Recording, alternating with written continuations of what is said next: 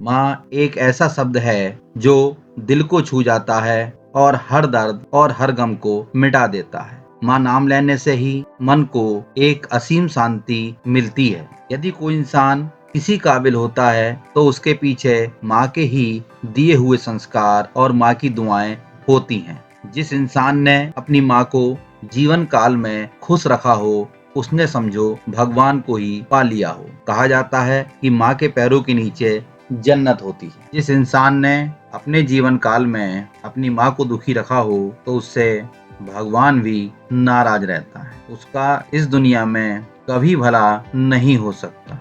जितना दर्द सहते हुए माँ एक बच्चे को जन्म देती है, वो दर्द शायद ही कोई और सह पाए। कहा जाता है कि बच्चा पैदा होते समय माँ को इतना दर्द होता है कि जितनी 20 हड्डियां टूटने में होता है। अर्थात बच्चे पैदा होते समय 20 हड्डियां टूटने जितना दर्द माँ को सहन करना पड़ता है। एक बेटा अपने पिता की मृत्यु के बाद अपनी माँ को वृद्धाश्रम में छोड़ आता है और कभी कभी अपनी माँ से मिलने वृद्धाश्रम में चला जाता था। एक शाम उसे वृद्धाश्रम से फोन आया कि तुम्हारी माँ की तबीयत बहुत खराब है, एक बार आकर मिल लो, ये बहुत ही ज्यादा बीमार हैं। फोन को सुनकर बेटा माँ से मिलने वृद्धाश्रम गया। उसने देखा कि उसकी माँ बहुत बीमार है। वह माँ के पास जाकर बैठ गया। उसने पूछा, माँ तुम्हारी तबीयत कैसी है, बताओ मैं तुम्हारे लिए क्या कर सकता हूँ। माँ ने बड़े सहज भाव में जवाब दिया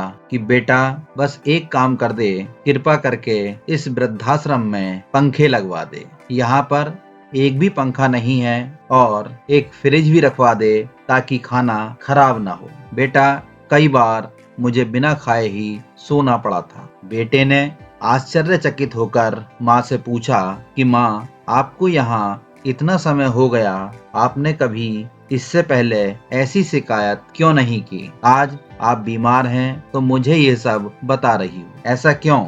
माँ ने जवाब दिया, बेटा बात ये है कि मैंने तो गर्मी, भूख और दर्द सब बर्दाश्त कर लिया, लेकिन जब तुम बूढ़े हो जाओगे और तुम्हारी औलाद तुम्हें यहाँ भेजेगी तो मुझे डर है कि तुम ये सब सह नहीं पाओगे। बेटा मुझे अपनी चिंता नहीं है, मुझे तुम्हारे आने वाले भविष्य की चिंता है। तो एक माँ ही है जो हमारे लिए इतनी चिंता करती है। माँ से बढ़कर पुत्र की चिंता करने वाला इस संसार में शायद ही कोई और हो। जिस घर में माँ का वास होता है, भगवान का वास भी उसी घर में होता है। इंसान कितना भी बड़ा क्यों ना हो जाए, अपनी माँ के सामने वे सदा एक छोटा बच्चा ही रहता है। इस दुनिया में जितने भी महापुरुष, साधु, संत और ज्ञानी हुए हैं, सभी को एक माँ ने ही जन्म दिया है। उनका निर्माण करने वाली एक माँ ही है। जब माँ हमसे दूर चली जाती है तो हमें अक्सर उसकी कमियां खलती रहती हैं। उसके साए में गुजारा